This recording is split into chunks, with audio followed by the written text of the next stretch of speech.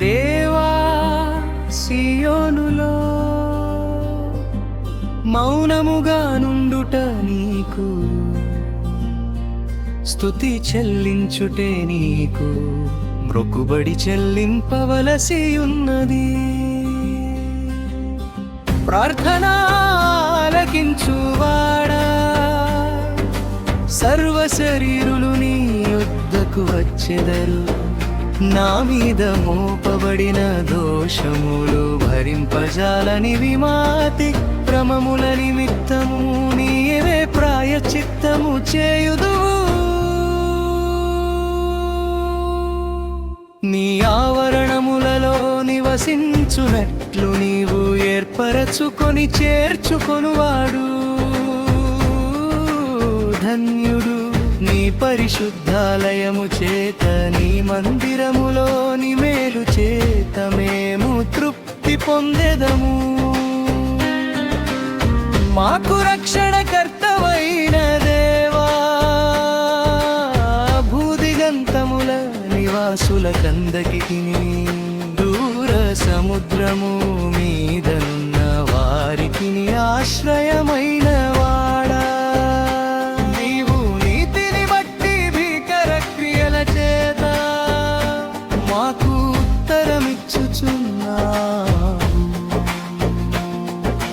బలమునే నడికట్టుగా కట్టుకొనిన వాడై తన శక్తి చేత పర్వతములను స్థిరపరచువాడు ఆయనే. ఆయనే సముద్రముల ఘోషను వాటి తరంగముల ఘోషను అణచువాడు, జనముల అల్లరిని చల్లార్చువాడు.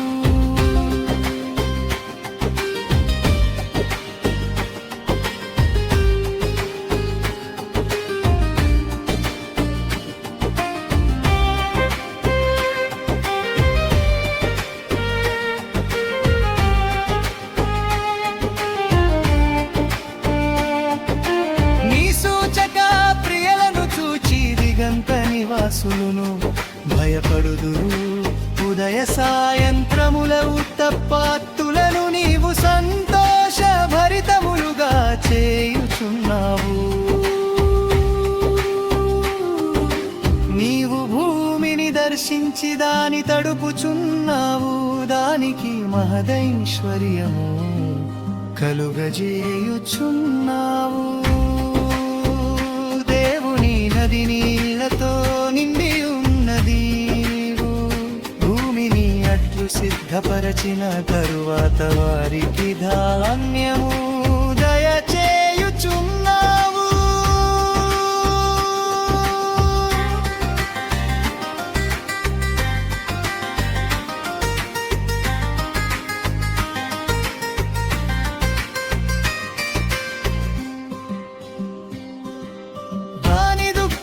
విస్తారమైన నీళ్లతో తడిపి దాని గనిమలను చదును చేయుచున్నావు. వాన జల్లుల చేత దానిని పదును చేయుచున్నావు. అవి మొలకెత్తగా నీవు దాని ఆశీర్వదించుచున్నావు. సంవత్సరమును నీ దయా కిరీటము ధరింపజేసి ఉన్నావు. నీ జాడలు సారము వెదజల్లుచున్నవి. అడవి వీడులు సారము చిలకరించుచున్నవి. కొండలు ఆనందమును నడికట్టుగా ధరించుకొని ఉన్నవి. పచ్చిక పట్లు మందలను వస్త్రము వేలే ధరించి ఉన్నవి. లోయలు సస్యములతో కప్పబడి ఉన్నవి. అన్నియు సంతోషధ్వని చేయుచున్నవి, అన్నియు గానము చేయుచున్నవి.